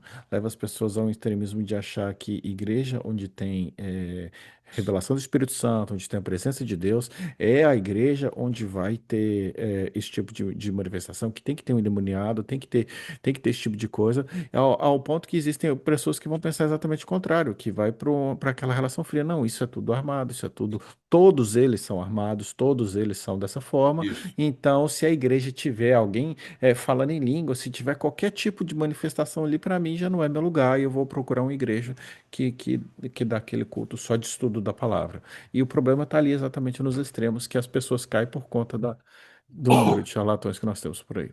E hoje, infelizmente, dentro das mídias sociais, a igreja pentecostal está sendo muito criticada por essas pataquadas de alguns tipos de pessoas descompromissadas com Deus. Antigamente, eu lembro que as pessoas tinham muito cuidado, até o que era batizado com o Espírito Santo nem fala mistério. Hoje os camaradas ficam enrolando a língua, inventando palavra em inglês com francês, algumas cópias de palavra em hebraico, e acho que está falando línguas estranhas. Outros fazem um negócio lá, parece a língua do P, do T, sei lá quem tem que é, e começa a falar e brincando com as coisas de Deus. Ultimamente teve um que ele recebeu um apelido de uma suposta língua estranha. Então para os irmãos ver. Eu lembro uma vez, nós estávamos viajando, como a Assembleia de Deus gostava muito de fazer viagem para visitar algumas igrejas no campo lá de Patinga, as igrejas assim nas cidades mais retiradas, e viajando, quando voltamos, o grupo de jovens estava cantando o hino do José de Paulo Sem Ovelhas. De repente, dois jovens mais engraçadinhos começaram a fazer é, chocarrice com brincadeira, na verdade, não é chocarrice, mas um certo tipo de brincadeira com o hino. E começaram às 99, às 98, e foi, de repente, uma irmã, o nome dessa irmã é até Zelina. Ela olhou para trás com autoridade, estendeu o dedo e mandou eles parar. Eles pararam na hora de brincar com as coisas de Deus. E era apenas um hino. Parou na hora. Você via o rosto deles corado de vergonha por causa da autoridade que a irmã falou. E hoje as pessoas brincam descaradamente. E esses tipos de gente que são contratados são pessoas que têm um preço a ser pago. É claro que os outros lá têm um maior preço, mas elas também têm. Agora, eu fico imaginando a hora que o demônio realmente pegar uma pessoa da igreja, ou a própria pessoa que é o artista, que pega ele, o que vai acontecer com esse Quem que tipo eles de vão gente. chamar, né? Isso, porque eu uma vez fui pregar em uma igreja e, e lá na hora que eu estava pregando, que as igrejas ultra pentecostal, e tava lá aquele movimento todo na igreja, e o povo que pisa na cabeça do diabo, aquele corinho de fogo, o demônio pegou uma mulher quando nós fomos morar na igreja lá, Ficou duas irmãs no banco, porque uma estava na parede, a outra estava dormindo, então não teve como ela correr. Eu e o obreiro da igreja, um pastor, que estava no púlpito. E a mulher endemoniada com a auxiliar que estava lá, que era a diaconisa, segura pelo cabelo na mão da pessoa que estava endemoniada. O resto todos correram de dentro da igreja. Aí eu pergunto, cadê o povo que estava pisando na cabeça do diabo através do hino, sapateando e sambando? Não tinha, porque são tudo coisas de boca para fora. Por isso que quando a nossa irmã falou a questão do culto, culto é serviço a Deus. Nós saímos de casa cultuando a Deus e não vamos na igreja para receber culto ou porque eu não gostei do culto. Nós já saímos cultuando a Deus, prestando serviço a Deus. Eu não vou travar através de revelação, eu vou ali para cultuar a Deus, prestar um serviço a Deus e me alimentar da palavra de Deus que vai ser explicada pelo orador naquela noite. Então, isso é um culto. E não que eu estou indo para buscar algo de Deus. Ah, eu quero algo de Deus. Não, eu estou indo entregar para Deus aquilo que eu busquei durante todo o dia para Deus. Isso que eu estou indo fazer. Então, irmãos, o pastor coloca aqui para nós terminarmos esse ponto aqui, que os dois fatos podem ser ressaltados e considerados importantes. Ele fala que a vida do homem só foi possível após o sopro de vida, que está falando da imagem, e a expressão alma vivente é considerada a condição de sua vida, ou seja, a composição e a divisão do homem. O que o pastor quer mostrar com essa parte aqui é que esses dois aspectos a ser considerado que quando Deus criou o homem, ele só tornou um ser humano, ou seja, só passou de vida quando Deus soprou sobre ele. E ele tornou-se alma vivente. Isso implica que dentro do pensamento que nós defendemos, que Deus criou o homem, fez da matéria já existente, como eu falei, do pó da terra, e ali ele formou um boneco de barro. Não sabemos qual é o seu formato, era como nós somos, não sabemos se é dessa forma ou se ele fez lá só um risco, alguma coisa, mas ele formou, talvez, na composição que nós somos, assim, o formato.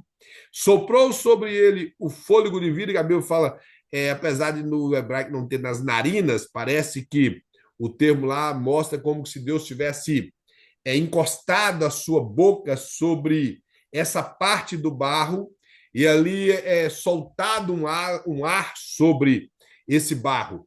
Então, o tradutor traduziu como narinas e ele veio a ser alma vivente. Então, o que dá a entender Deus formou o corpo ali do pó da terra, ele soprou o fôlego de vida, o espírito, e o homem tornou-se alma vivente. Descreve a composição do homem. Isso implica que o homem ele tem a parte de Deus dele, o primeiro homem tinha, melhor dizendo, a parte de Deus. Como eu falei, ele dava equilíbrio à criação. Ele foi criado da terra, mas tendo algo divino sobre ele.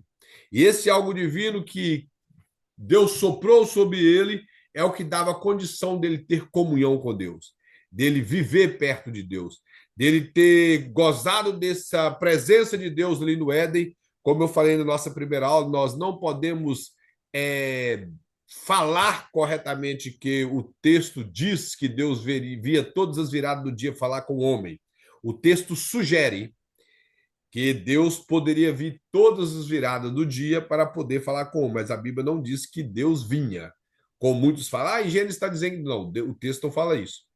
Que foi só após o pecado que a Bíblia diz que da virada do dia Deus veio falar com o homem e ele se escondeu. Então o texto sugere que parece que havia essa comunhão, que Deus falava com o homem todo fim do dia, toda tardezinha, por volta das 5h30 até as 6 horas do nosso relógio de hoje. Que Deus vinha para poder comunicar com o homem, sendo esse um privilégio que ele via Deus como Deus é. E isso o homem perdeu após a queda, porque se nós observarmos, após a queda ele perdeu o seu habitat, que foi o Éden, ele foi colocado para fora dessa região que era chamado de Éden, e ali do próprio jardim, Deus protegeu o jardim com uma espada em volta da árvore, da árvore da vida, e até mesmo dois anjos, dois seres, que segundo alguns teólogos até defendem que, como eles, baseados em Ezequiel 28, o Satanás poderia ser um querubim, Deus coloca dois querubins ali na porta do jardim, Depois esse jardim desaparece, nós não sabemos aonde esse jardim foi. Se ele desapareceu com o dilúvio ou se Deus arrancou o jardim antes do dilúvio, porque a Bíblia cala nisso. Mas uma coisa é, o homem não pôde regressar para o jardim. Ele perdeu o local que Deus criou para ele perfeito. Ele perdeu esse local. O pastor coloca aqui, por último, para nós encerrarmos a letra C, a vida é infinita.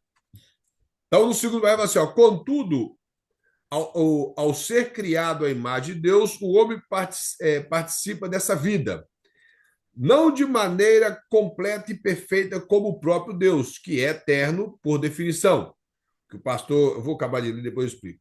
Assim, essa vida é verdadeira, considerada como uma dádiva de Deus e não uma fonte autônoma de vida derivada do próprio homem.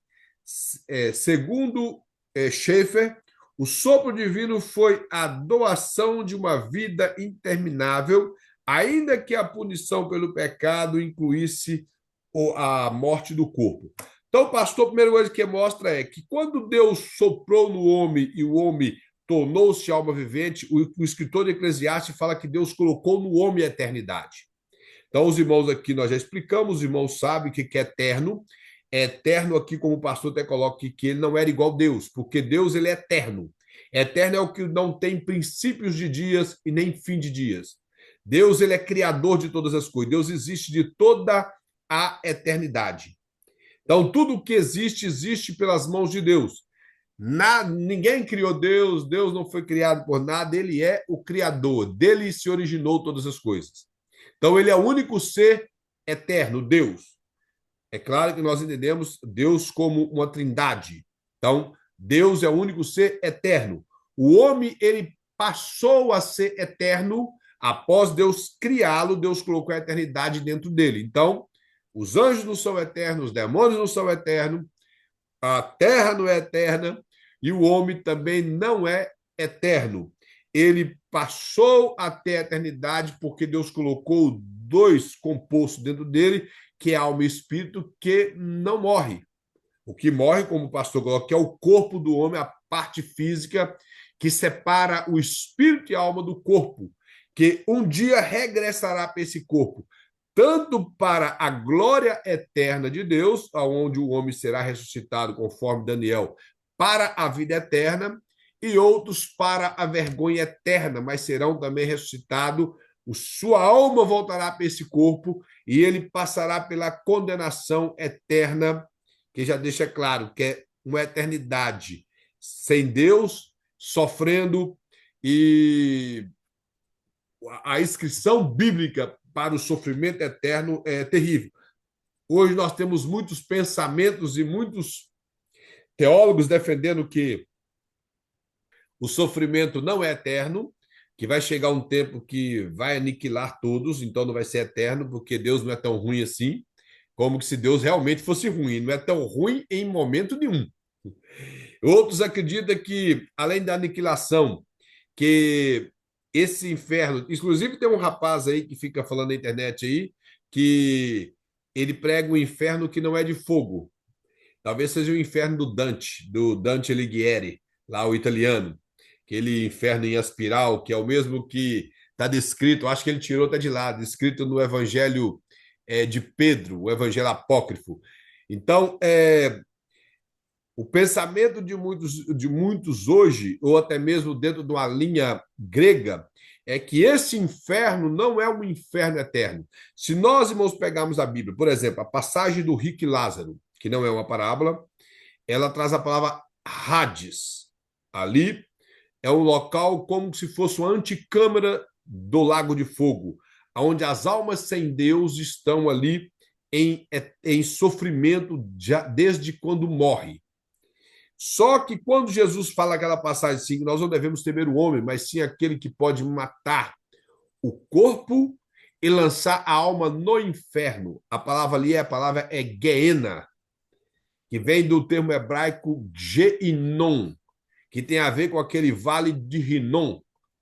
Os irmãos já viram essa palavra, vale de Rinom, que está naquela passagem de Josafá, lutou no vale de Rinom. Essa passagem tem também no livro do profeta Jeremias. Vale de Rinom era um local que, de acordo com a Bíblia, o próprio rei Manassés ele queimou alguns dos seus filhos ali, e as pessoas iam sacrificar os seus filhos a Moloque no Vale de Rinom. Os judeus do período do rei Josias passaram a menosprezar esse local, e ali eles criaram um lixão.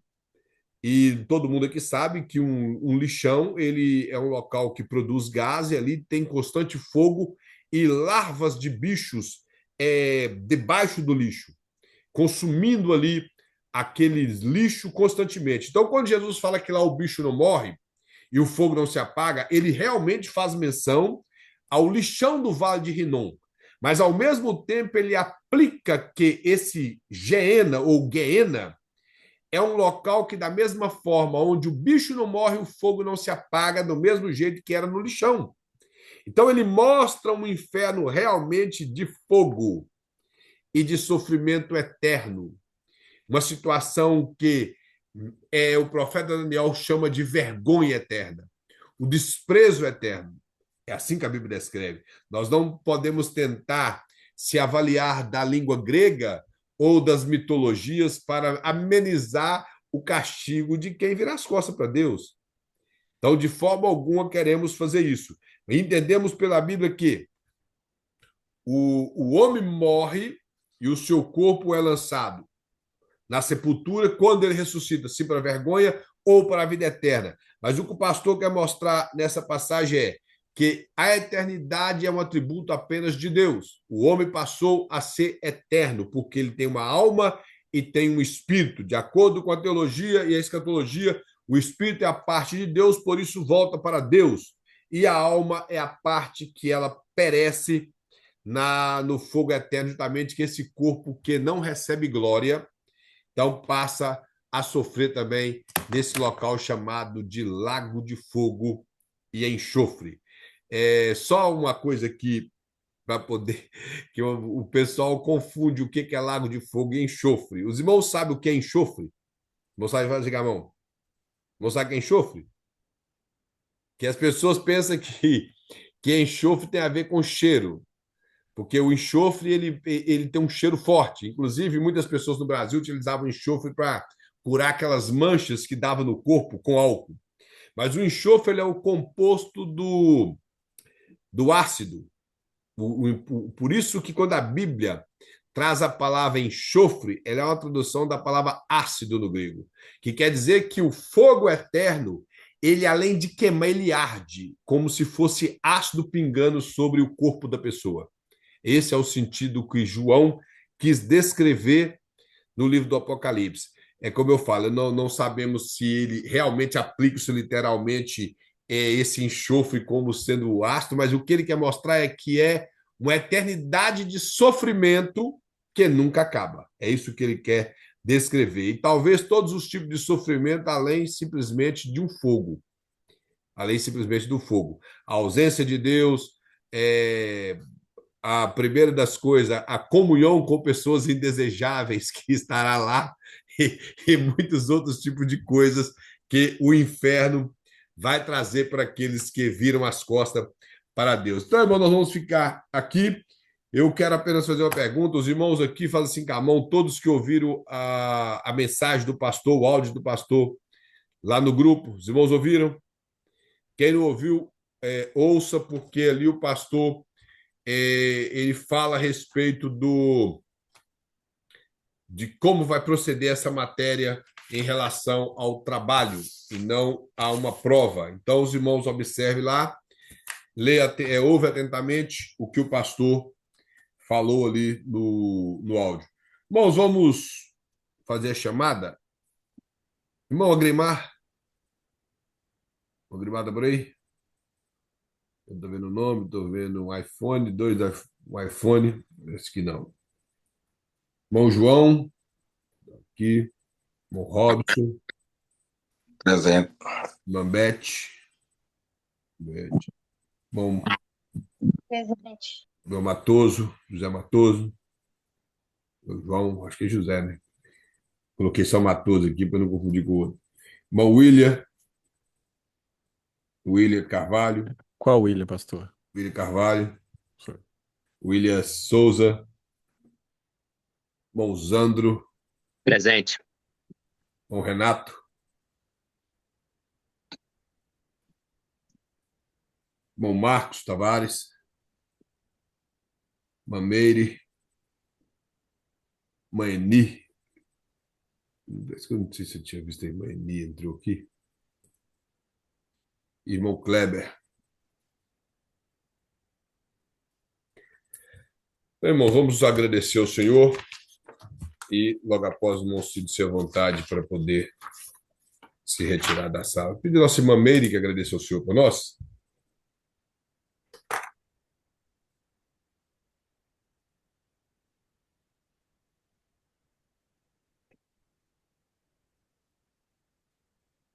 Difícil de abrir, irmã Meire.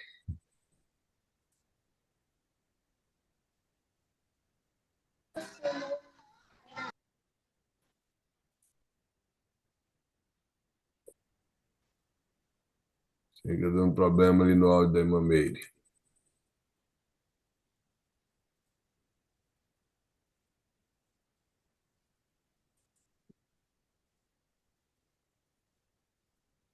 Ai, sorry. Meu Deus. Não Você tem problema. travou o fone. É só um momento, irmã. Tem um irmão aqui que o sobrenome é Siqueira. Qual que é o nome do irmão? Primeiro, porque eu não. É o irmão Orsino. Como? Orsino. É Orsino, que é o nome? Isso.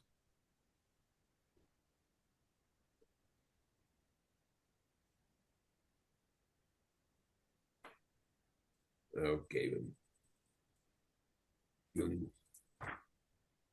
Amém. Mas pode orar, irmã Meire. Amém. Senhor, meu Deus, nós te damos graças nessa noite, bendizemos o teu nome, Senhor, porque o Senhor é bom.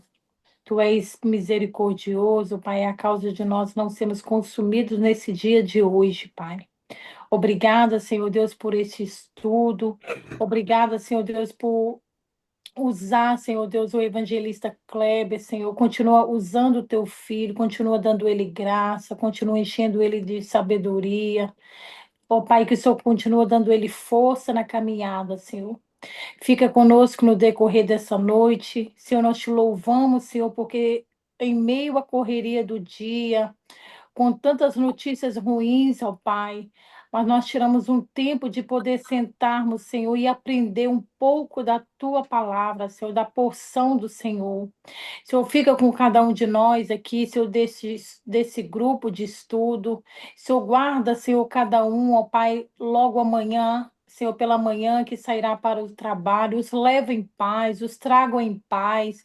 Senhor, sê conosco. Continua abençoando também a vida do pastor Prestes, a sua família, Senhor. Guarda eles, dá vitória ao teu filho, ó Pai. Nós te agradecemos em o nome de Jesus. Amém. Irmãos, que Deus abençoe a todos. Todos tenham uma excelente Amém. noite. Uma maravilhosa semana. Amém. Paz do Senhor para os irmãos. Amém. A paz do Pai do Senhor. Senhor, Deus abençoe. Amém.